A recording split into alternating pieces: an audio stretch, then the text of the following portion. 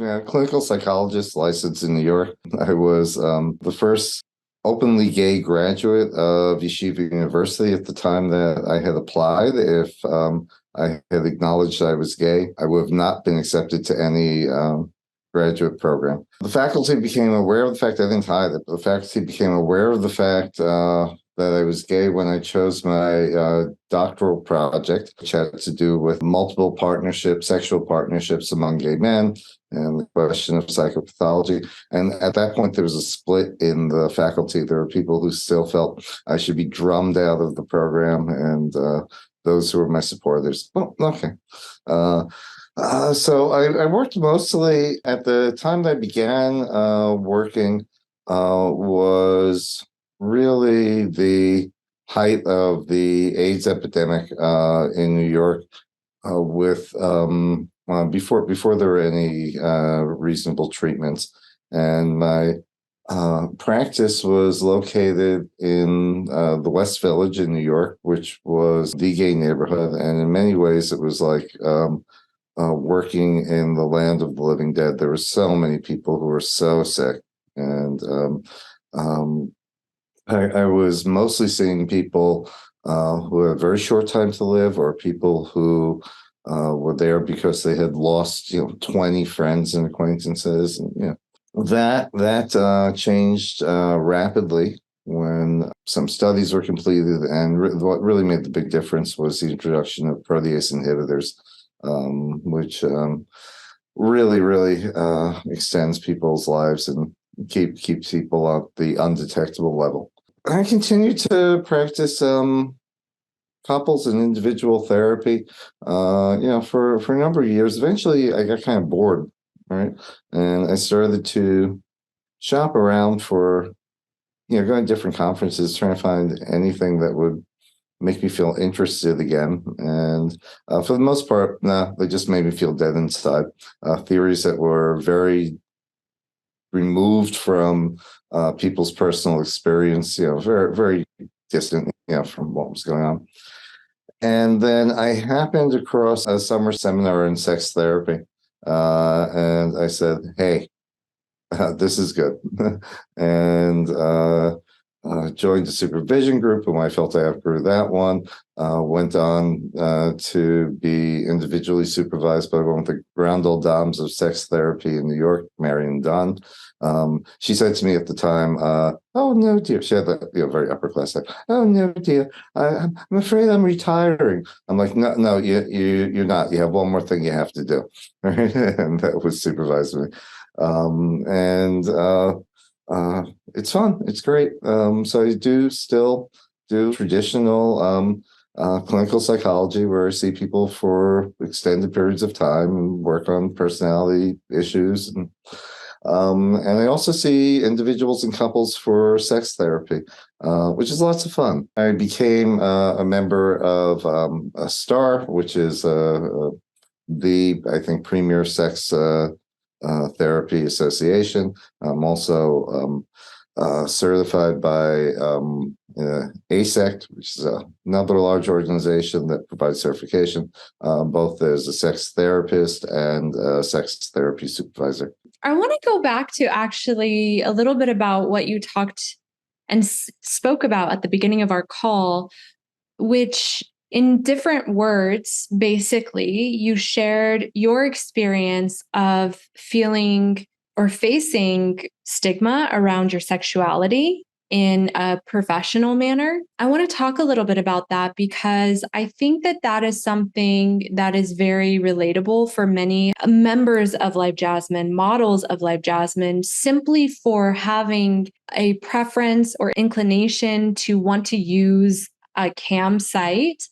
It's something that has to be hidden from their friends and family. You have to keep it to yourself to some degree, unless you want to face mob mentality and the stigma. Yeah, and it's very topical. I mean, right now, temporally, even before the right wing in this country decided that they were going to attack the most vulnerable population in the United States. People like to perform in drag. There was a weatherman on a local channel, Eric Adame, cute as a button. and he was in a long-term relationship with a guy, and that was not hidden. And great weatherman. Everyone loved this guy. And this was his career goal. I mean, like as a kid, he was like, I want to be a weatherman. He was doing something online sexually, and whomever decided to record it and sent it to his mother and to the network, and he was fired. I was just astounding to me because perfectly good meteorologist, right? This should be his private sex life. You have a lot of experience, obviously, talking to people and dealing with people around their sexuality. And I'm sure some of your clients are people that may be stigmatized or whatever the case is.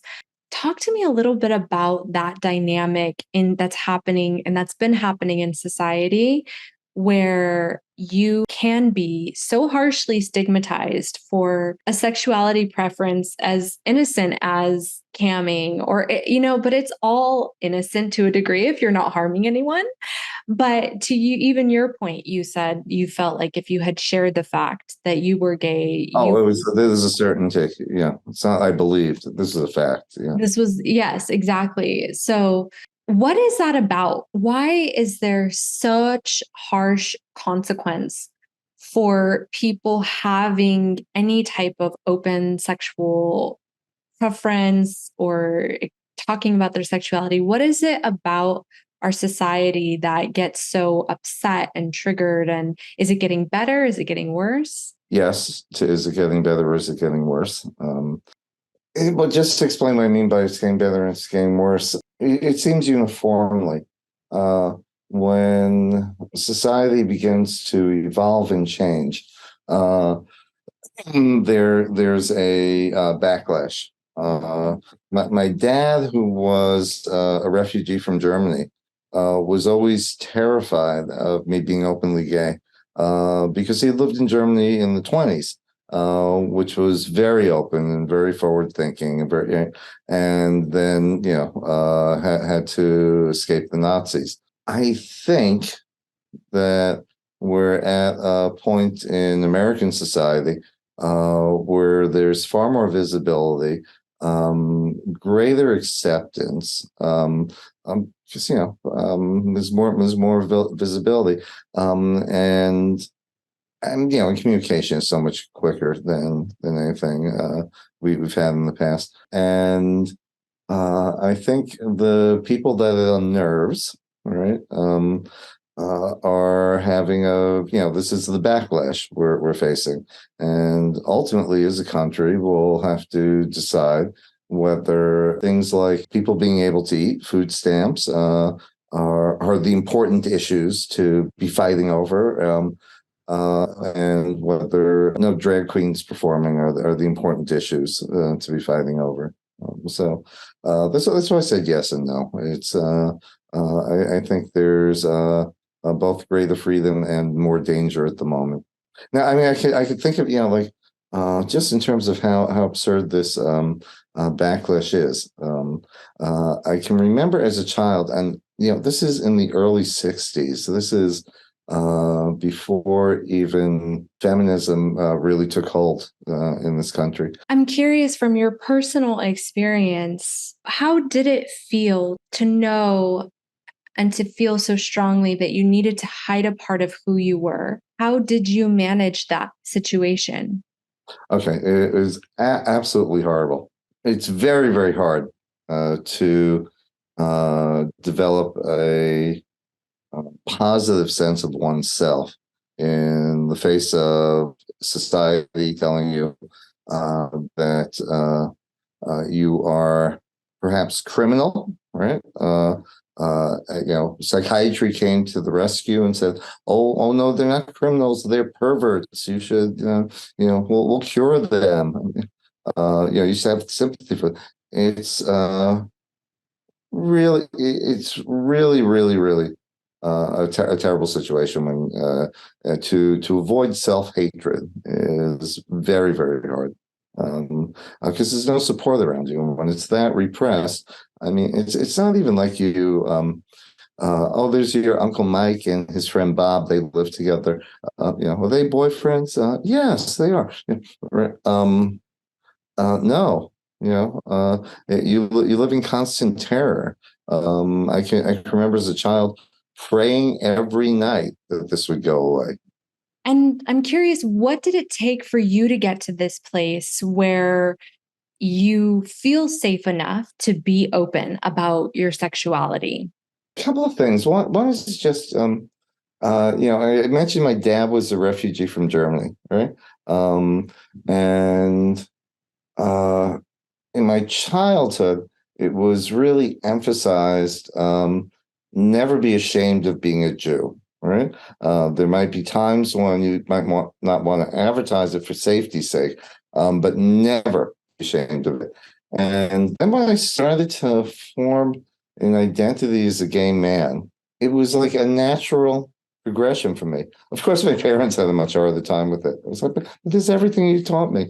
Right? I remember going to the Gay Pride March in New York, which made headlines in New York, and as my parents would have read the headline, 10,000 people and Eli Mayer march for gay rights.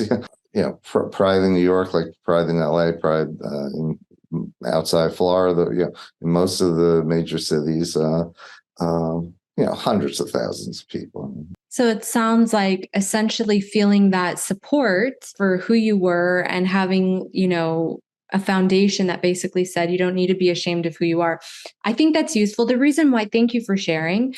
The reason why I wanted to ask you about your experience, because as I mentioned earlier, I think that this is something very relatable that many people go through, especially members of Live Jasmine or models that are on Live Jasmine who, let's say there's a member on Live Jasmine because he may have or she may have a very particular sexual preference that they Called a kink or a fetish or yes, and they may not feel comfortable sharing that with a partner or someone they know, and they maybe want to explore it in a safe environment.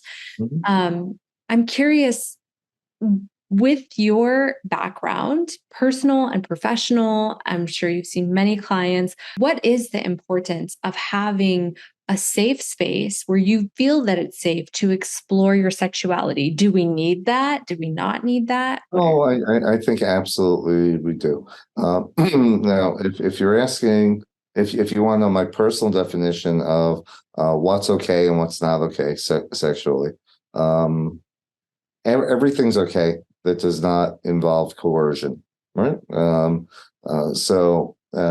when I say coercion, I'm not talking about it's fun for me to feel like I'm under your complete control. That's essentially mutually consented to. But somebody who's unwilling or that doesn't want to, by virtue of power dynamics, being coerced into doing something, and I include underage children in that as well because they're not yet of a mental capacity where they can truly decide. But beyond that, you like something that ain't harming nobody, right? Great. And online forums uh, are an excellent way for people to explore that. The usual problems occur with online stuff, which is, who are you talking to? Who are you really talking to? Yeah. What are your thoughts, or do you have clients that use cam sites or engage in Oh, camming? sure, absolutely. Yeah. And what are your thoughts around it? Do you feel like it's been beneficial for them, or do you feel like there are risks with it? What are your thoughts? Well, I mean, there are some risks. People can be no good nicks, as I would call them. could be doing some kind of nasty stuff with you. So you might think they're a 20-minute walk from your home, and wouldn't it be great to meet for coffee? And but in fact, they're actually up to something else. So recently, somebody was telling me a story. This guy is very sophisticated, very intelligent. Managed to cut it off quick enough. But I think it was down around $500 because he was talking to someone who probably was actually in Ghana, but thought he was across town. Very, very convincing. Chat, chat, chat, chat, chat. Before we get together, there's such a smart scam in some ways if you like scams. Listen, I've had unpleasant experiences or been dangerous situations in the past, meeting somebody online. Here's this thing which they verify you, you verify me. It costs $100. Just put in your credit card number, and before you knew it, there were like charges all over the place. So there are those types of risks. That's actually one of the benefits of camming, though, because in cam, especially when you're at a professional site like Live Jasmine, you're not allowed to meet anyone in person.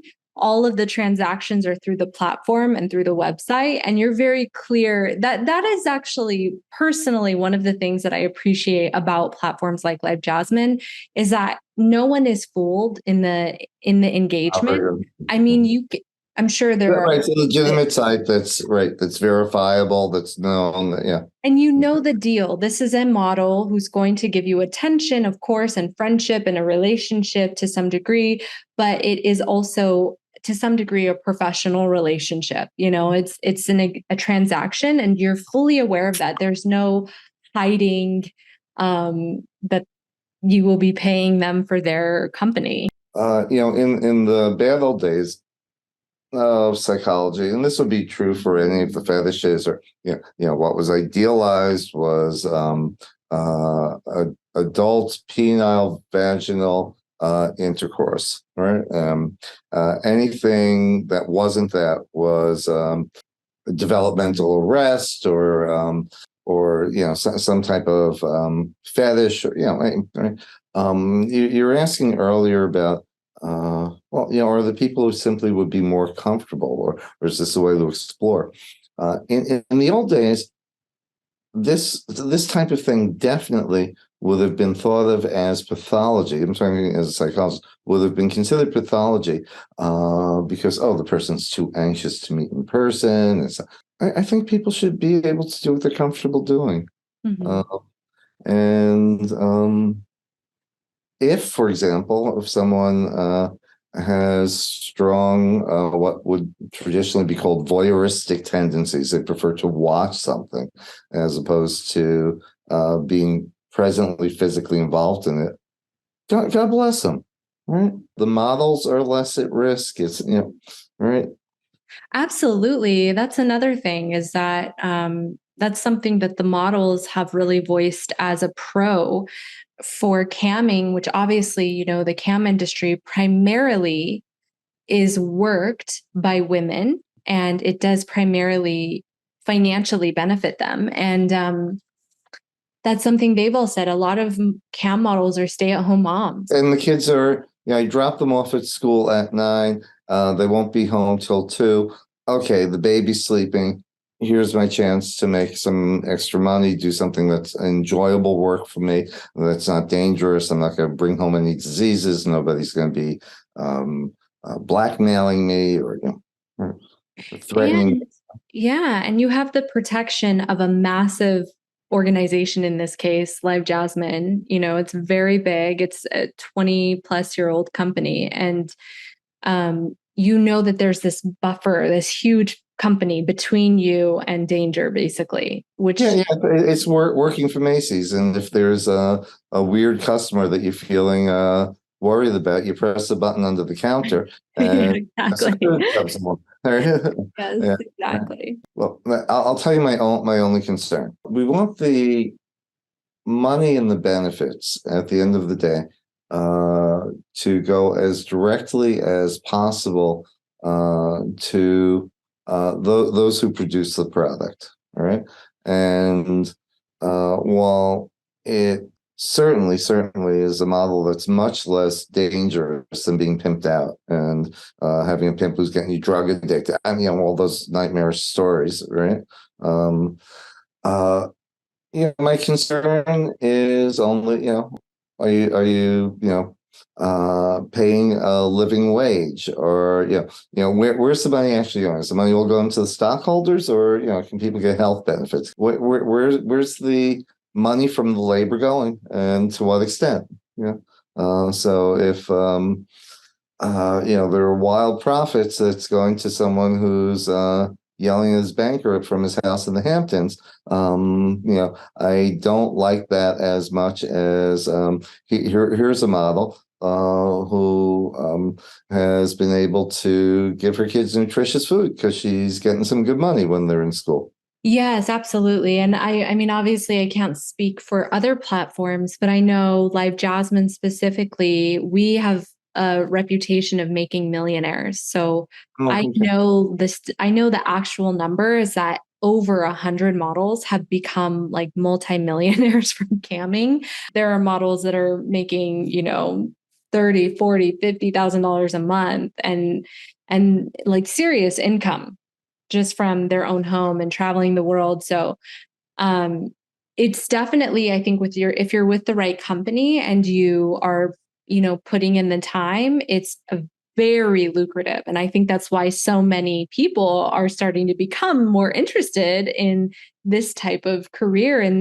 do you think that the members of Live Jasmine are Members as in subscribers. Yeah, the members would be considered the Okay. subscribers, so to speak. Yeah, So, okay, right. As opposed to people who work for Jasmine, right? Yeah. right, right. So the members are the client essentially Uh-huh. of the site and the model. Mhm. Um, and I'm curious, I think there's 50 million users a day or something on the site. It's a really high number, but in general, do you think that people are going to campsites or platforms like Live Jasmine simply for that underlying sexual, I want to try out this fantasy, I want to get off, or No. you think that it's deeper? Yeah. Yeah. Some people, yes, right, of course. Some people for the human interaction, for the company, for the exchange. Look, one of the things that really struck me at the start of the pandemic when we were on lockdown and I stopped going to my office was not so much missing seeing my close friends because I arranged every evening. I live by myself, so it's not like you're stuck in the house, a bunch of people. I arranged almost every night of the week to have a drink, so to speak. Sometimes we drink, sometimes we don't, but to have a drink with a friend at the end of the day, the catch up. All right. Um, what I really missed was the three different doormen that I passed on the way to my office every day, whose names I never knew, and they didn't know my name. But for 25 years, like, hey, how you doing? How you doing? The kids at the coffee shop who knew to I wanted an egg on a roll and a coffee light, no sugar. And when they'd see me walking up, it'd be there already. How you doing? How you doing? Yeah. The Surgeon General was just talking about how loneliness is one of the real health challenges that we have of our time. So I imagine that there. I mean, I wouldn't know, but I imagine that there are plenty of people who are there.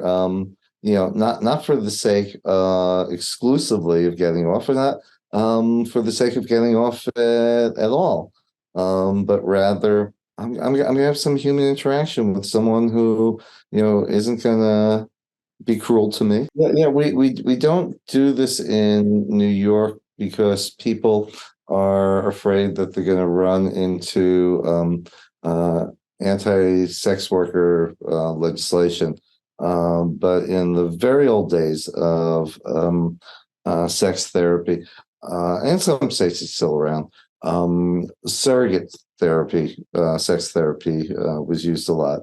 And I can remember, my supervisor, who I didn't allow retire, she would say that surrogate therapy, sex therapy, is less for the fact that somebody can get off, but for them to be with someone who is kind and gentle and will teach them how to interact sexually, in a way that's not mocking. Absolutely. I actually just recently learned what surrogate sex therapy was. I had not even heard of it, but when it was explained to me, I really saw a lot of strong similarities between a model who, in my opinion, kind of acts as a surrogate for the Mhm. member, and it gives them an opportunity to try something that they've been wanting to try. Or, I've had members tell me that after using Live Jasmine for a year, their boss started complimenting them on being more confident and competent at work. Yeah, And yes. just that interaction with this beautiful woman had increased their confidence so much that they were performing in other areas of their life. And from my understanding, that's part of the benefit of the surrogate. Absolutely. And when you're saying that, also it reminded me that this happens all the time in my private practice. That someone will come to me because they're having a specific problem and they want to work on the specific problem, and we do work on the specific problem. And they'll say, well, something really interesting. That conflict that I was always getting into with my family, I've learned how to manage it, but I'm also like getting along at the office much better. I'm getting along with friends much better. Yeah, everything's kind of related, huh?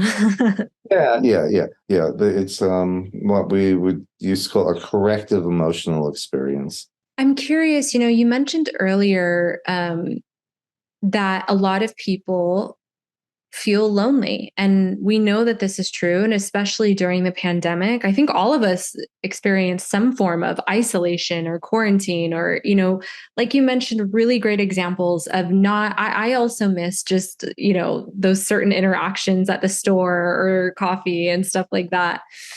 From your experience with the clients that you've seen, do you feel like people are becoming more lonely or less lonely in the digital age? More. More lonely, and why? Actually, more and less.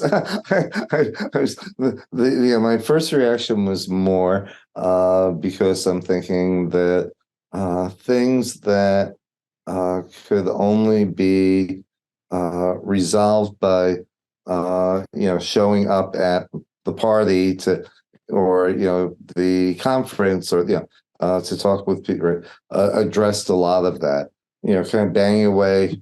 Uh, uh, going through everything online can be very isolating. On the other hand, there are so many people who, when I started my career, uh, would tell me things like, I was a little kid in Omaha, Nebraska, and I thought I was the only gay person in the world, and after got a job in New York or Los Angeles, and realized, oh my God, there are tons of people like me. No one walks into my office saying that anymore. All right.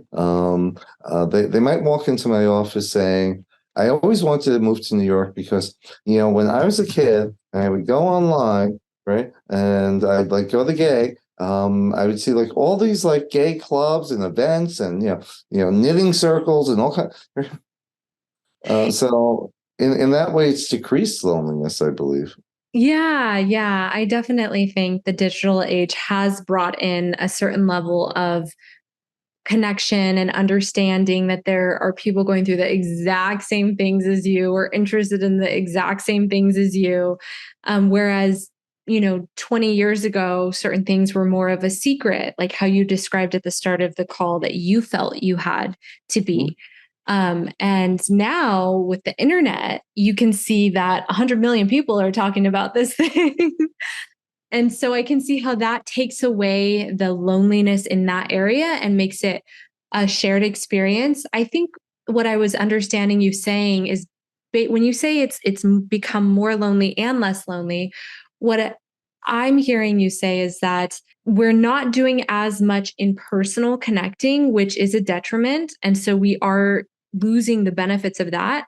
However, we are, like the example you just gave, finding out that we all are very interested in one thing or another or that type of thing, and we're not alone in that shared experience. So maybe the digital world is good for one area of life and we need that, but maybe neither should be replacing the other, is what I feel like you're saying. Yeah, I think so. There's touch is very important.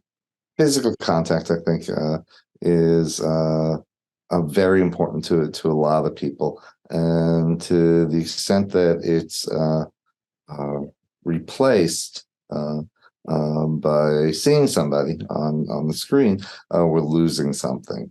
I mean, which is not to say what you guys do is bad, right? As I was speaking about just shortly a while back about all some of its virtues, but yeah, we're losing something also. Look, just in terms of my own sexual stimulation. You'll forgive me that I'm so open about myself. I am, right? One of the things that I really missed when I stopped commuting from Brooklyn to Manhattan by subway every day was, checking out all the cute guys, right? And I'd love when the seasons would change, because now they're wearing shorts. Like, now they got the Timberland boots on and the Parker.